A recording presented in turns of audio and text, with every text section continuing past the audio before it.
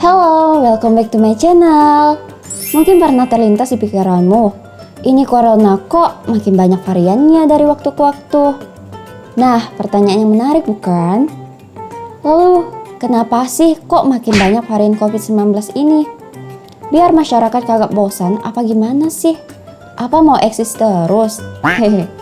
Eits, bukan begitu ya. Nah, yuk mari kita bahas dari sisi ilmiah ya. Sebelumnya, jangan lupa like, share, subscribe, dan aktifkan loncengnya ya. Ya, munculnya varian baru corona ini secara ilmiah disebabkan adanya perubahan atau mutasi pada gen.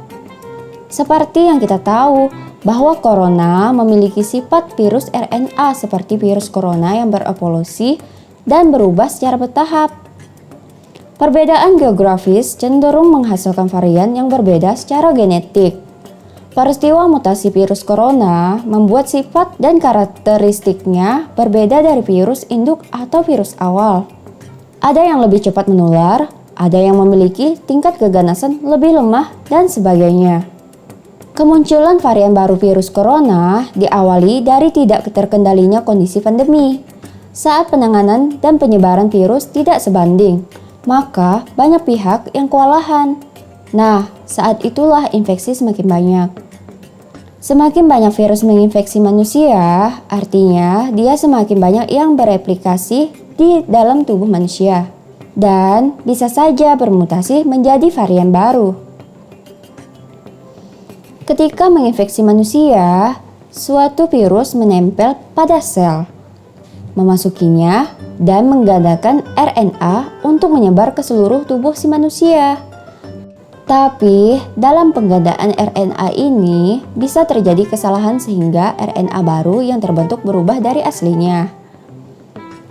Para ilmuwan menyebut hal itu sebagai mutasi.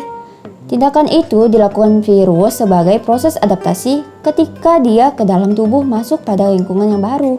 Proses adaptasi itu yang kemudian membuat varian berubah dan masing-masing ras memiliki karakteristik sendiri-sendiri. Mutasi ini terjadi secara acak dan tidak disengaja. Seberapa sering mutasi terjadi tergantung jenis virus itu sendiri.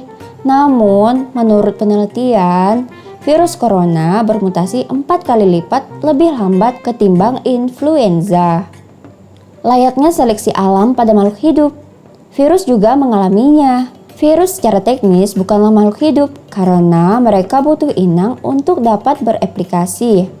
Tapi virus juga tertekan oleh proses evolusi sehingga bisa berubah demi menyesuaikan diri, termasuk virus corona.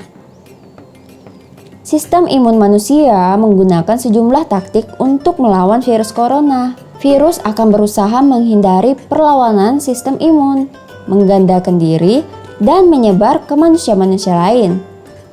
Karakteristik yang membantu kelangsungan hidup virus itu umumnya bertahan saat terjadinya penggandaan diri. Namun, mutasi tidak selalu akan menghasilkan virus yang lebih kuat ya guys. Bisa lemah, bisa kuat.